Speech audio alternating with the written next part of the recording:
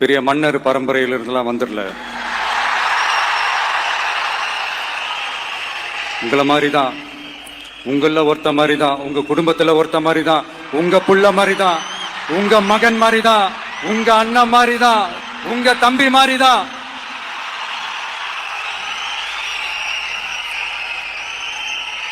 அப்படிதான் நான் உணர்றேன். நீங்களும் என்ன அப்படி நினைச்சதுனாலதான் சினிமாவில் எனக்கு ஒரு மிகப்பெரிய ஒரு இடத்த ஒன்று கொடுத்தீங்க. அதையெல்லாம் விட்டுட்டு உங்களுக்காக நன்றி கடன் செலுத்துறதுக்காக அரசியலுக்கு வந்த உங்க விஜய, இந்த விஜய, நீ வா விஜய், நாங்களா இருக்கோம், பாத்துக்கிறோம். விஜய் தம்பி நீ வா, நாங்க இருக்கோம். விஜய் தம்பி நீ வா, நாங்க இருக்கோம்.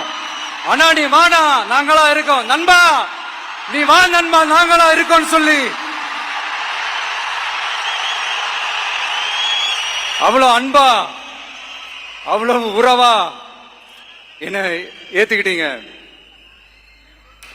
இந்த நேரத்தில் இதை நான் சொல்லணும்.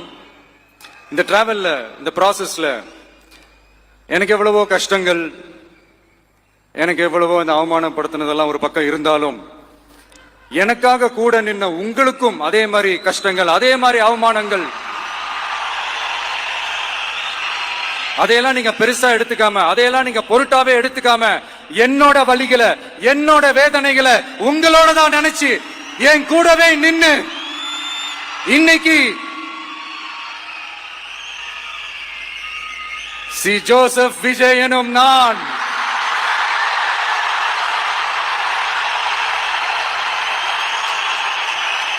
அதை உண்மையாக்கி இருக்கிறீங்க. உண்மையிலே எனக்கு என்ன சொல்றதுன்னு எனக்கு தெரியல. என்னுடைய உறவுகளே, என்னுடைய சொந்தங்களே, நான் ஒன்றும் தேவ தூதன்லாம் கிடையாது. நானும் ஒரு இயல்பான ஒரு வாழ்க்கை வாழ்ற ஒரு சாதாரணமான மனுஷன்தான். நான் முன்னாடியே சொன்ன மாதிரி அது செய்வேன் இது செய்வேன்னு பொய்யான வாக்குறுதிகள்லாம் கொடுத்தவங்கள நான் ஏமாத்த மாட்டேன். எது சாத்தியமோ அது மட்டும்தான் நான் செய்வேன். இமீடியட்டா உங்க மனசுல ஒரு கேள்வி ஒண்ணு வரலாம், அப்ப சாத்தியம் இல்லாததை செய்ய மாட்டாங்களா, செய்ய முடியாதா அப்படின்ற ஒரு கேள்வி ஒண்ணு வரலாம்.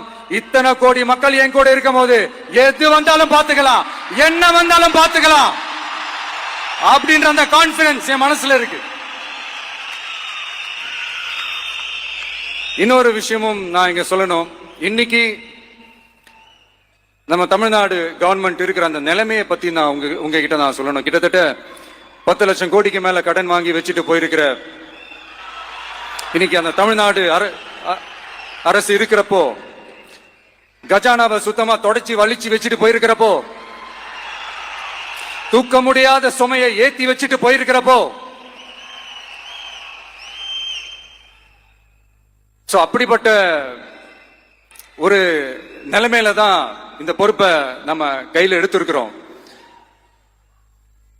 உடனே நீங்க நினைக்கலாம், என்னடா இவர் ஏதோ பொறி வச்சு பேசுறாரா அப்படின்ட்டு. அப்படிலாம் எதுவுமே கிடையாது.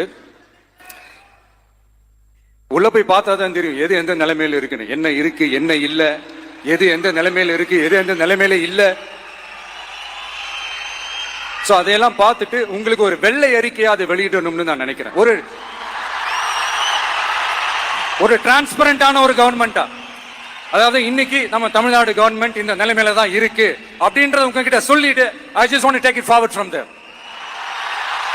அதை தான் நான் முதல்ல செய்யணும்னு நினைக்கிறேன்.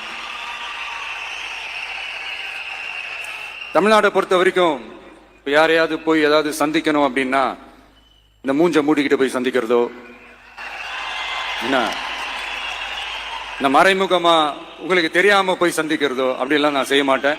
எதுவா இருந்தாலும் வெளிப்படையாக ஒளிவு மறைவு இல்லாம தான் நான் செய்வேன். இவ்வளவு பெரிய ஒரு பொறுப்பை என் கையில கொடுத்துருக்கிறீங்க. அதே நேரத்தில் எனக்கு கொஞ்சம் அவகாசமும் நீங்க கொடுக்கணும்னு நான் ரிக்வெஸ்ட் பண்ணி கேட்டுக்கிறேன். நான் சொன்னதெல்லாம் படிப்படியா நிறைவேற்ற நான் ட்ரை பண்ணுவேன், நிறைவேற்றுவேன். அதே நேரத்தில் எனக்கு கொஞ்சம் அவகாசம் கொடுத்தீங்கன்னா எனக்கு கொஞ்சம் உதவியாகவும் ஒத்துழைப்பாகவும் இருக்கும். இது உங்களுடைய ஆட்சி.